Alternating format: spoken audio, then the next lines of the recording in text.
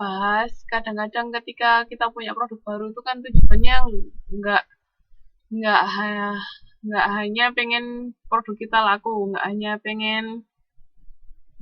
pengen orang beli, tapi sekedar memberitahu bahwa kita ada itu juga penting, apalagi untuk produk baru. Jadi target iklan itu ndak tentu dia begitu bikin iklan langsung menarik konsumen untuk beli produknya, itu ndak mesti. Tapi untuk membangun kesadaran masyarakat bahwa produk kita ini ada, produk kita ini seperti ini, itu juga bisa. Jadi iklan ndak semua tujuannya untuk itu. Tapi kalau misalnya produknya itu untuk, apalagi untuk produk baru ya. Tapi kalau produknya mungkin sudah lama, sudah banyak orang yang kenal, itu dia tujuannya memang sudah meningkatkan penjualan. Jadi kan tergantung pada siklus hidup yang mana produk tersebut ada.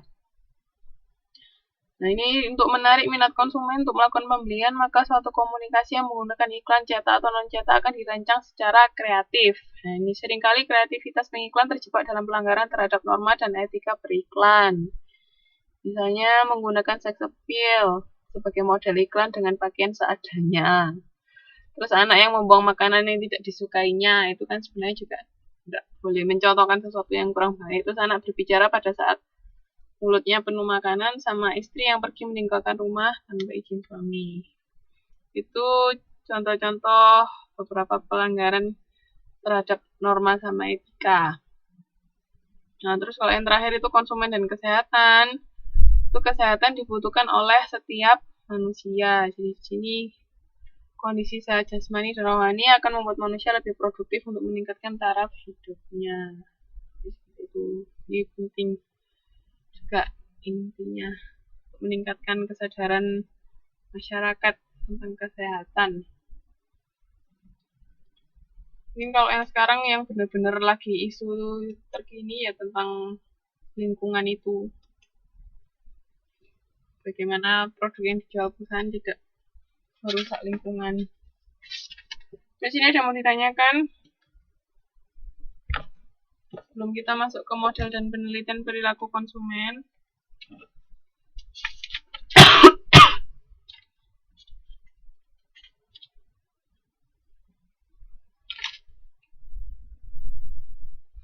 Oke, sebenarnya kalau model dan penelitian ya sudah kita bahas waktu presentasi ya. Oke, kita bahas lagi deh. Di sini pengertian perilaku konsumen itu kan suatu kerangka atau framework yang merupakan penyederhanaan dari kenyataan yang sebenarnya terhadap apa yang terjadi pada konsumen yang mempengaruhi perilakunya dalam mendapatkan, menggunakan, dan membuang produk jasa. Jadi kayak misalnya modelnya tuh kayak punya Mbak Siti kemarin tuh loh. Mbak Siti itu kan bauran pemasaran mempengaruhi motivasi konsumen membeli mie kan.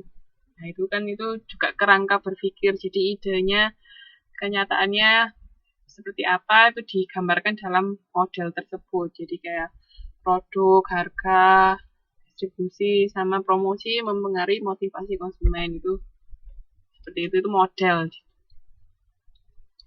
Terus di sini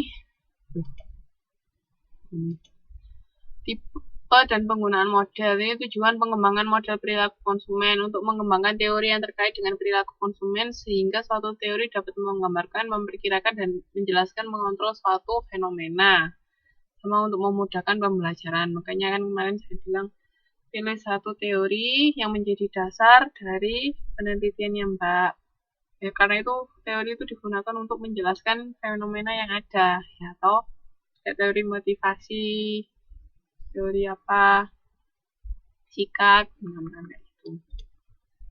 Terus kalau model mikroekonomi bertujuan menjelaskan apa yang akan dibeli konsumen dan berapa banyak pembelian yang akan dilakukan dengan mengabaikan mengapa konsumen memiliki kebutuhan dan preferensi seperti bagaimana konsumen mengurutkan kebutuhan dan preferensi. Jadi kalau untuk model mikro itu cuma menjelaskan apa yang mau dibeli sama berapa banyak. Jadi model mikroekonomi ini tidak terlalu menghiraukan kenapa sama bagaimana ya. Itu kalau model mikroekonomi. Tapi kalau pandangan makro itu fokus pada nilai moneter suatu produk dan sumber daya, bagaimana pemanfaatannya dan perubahannya sepanjang waktu. Jadi kan kalau mikro itu kan lebih kecil cakupannya kalau dibandingkan makro, lebih spesifik. Nah, terus di sini ekonomi yang berhubungan dengan perilaku. Jadi di sini ada di halaman 9.20.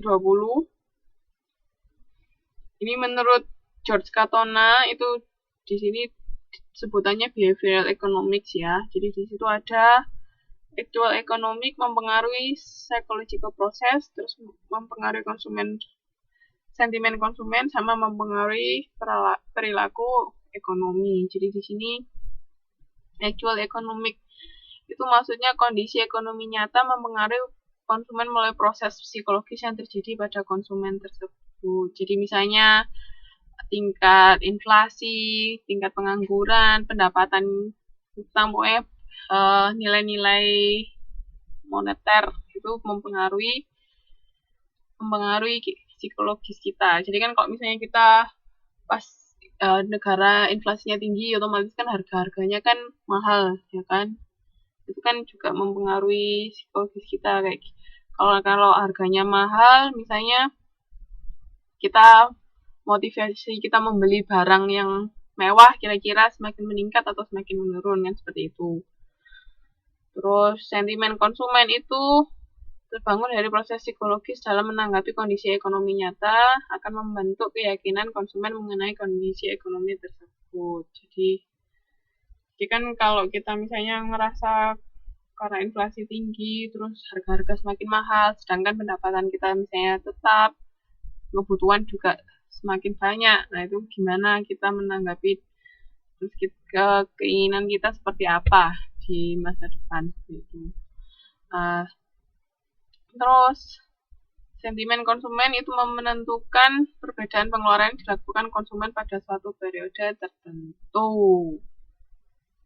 Jadi apabila seorang konsumen menilai kenaikan harga BBM akan menimbulkan kesulitan ekonomi di masa depan, dengan adanya peningkatan pengangguran, maka dia akan menunda untuk membeli mobil. Sampai dia yakin betul bahwa dia dapat melakukan pembayaran karena tidak termasuk dalam orang-orang yang di PHK. Bisa. Jadi benar-benar dari nilai-nilai ekonomi yang ada, kondisi perekonomian yang ada itu akan mempengaruhi perilaku konsumen untuk dalam keputusan pembelian. Kalau misalnya nanti semua semakin naik, kalau kita beli barang mewah, nanti pajaknya kan juga semakin tinggi, apakah kita mampu untuk membayarnya atau enggak. Nah, itu mempengaruhi kita. Paham Mbak?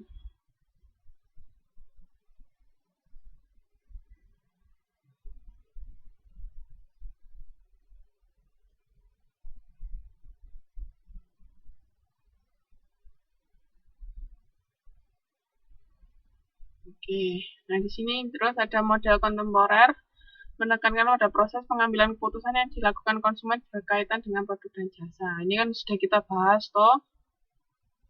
Nicosia model, Howard Schott, Engel. Ingat kan? Sudah lupa. Model-model dipelajari lagi loh ya.